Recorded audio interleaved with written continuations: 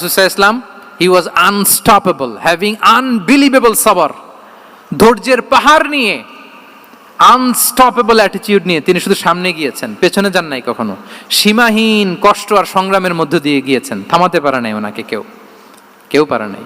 ইয়াতিম হিসেবে জন্মগ্রহণ করলেন, পৃথিবীর আলো দেখবার আগে বাবাকে হারালেন, ছোট বয়সে মাকে হারালেন, পরে দাদাকে হারালেন, এরপর চাচাকে হারালেন। শিয়াবে আবি তালেবে জেল খেটেছেন 3 বছর, physical torture, mental torture, life threat, হত্যা করার ষড়যন্ত্র হয়েছে। আল্লাহ তাআলা বলেছেন আজ রাতে হিজরত করো। ব্ল্যাক ম্যাজিক করা হয়েছে। লাবিদ ইবনুল আসাম, এক ইহুদিদের মিত্র, ওনাকে ব্ল্যাক ম্যাজিক করেছে। মারার জন্য খাদ্যে বিষ মিশিয়ে দেওয়া হয়েছিল। বাজুর মাংস, খাসির বাজুর মাংস পছন্দ করতেন। খাইবারের এক ইহুদি নারী এই ছাগলের এই মাংসের মধ্যে বিষ দিয়েছিলেন। ইহুদিদের পক্ষ থেকে betray, treachery, conspiracy and what not, কি বাকি ছিল বলেন? ষড়যন্ত্রের এমন কোনো ধরন ছিল না যেটা তারা বাকি রেখেছে। কিন্তু রাসূল সাল্লাল্লাহু আলাইহি ওয়াসাল্লামকে কি থামানো গিয়েছিল? বলেন, থামানো গিয়েছিল?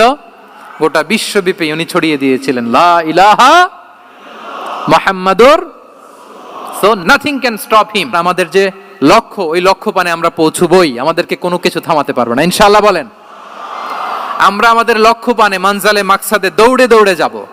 আমাদেরকে থামিয়ে দেয়া হলে আমরা হাঁটতে থাকব, সেখানে আমাদেরকে আঘাত করা হলে আমরা হামাগুড়ি দিয়ে সামনের দিকে যেতে থাকব, সেখানেও থামিয়ে দেওয়ার চেষ্টা করা হলে আমরা আমাদের মঞ্জিলে মাকসুদের দিকে অপলক নেত্রে চেয়ে থাকব।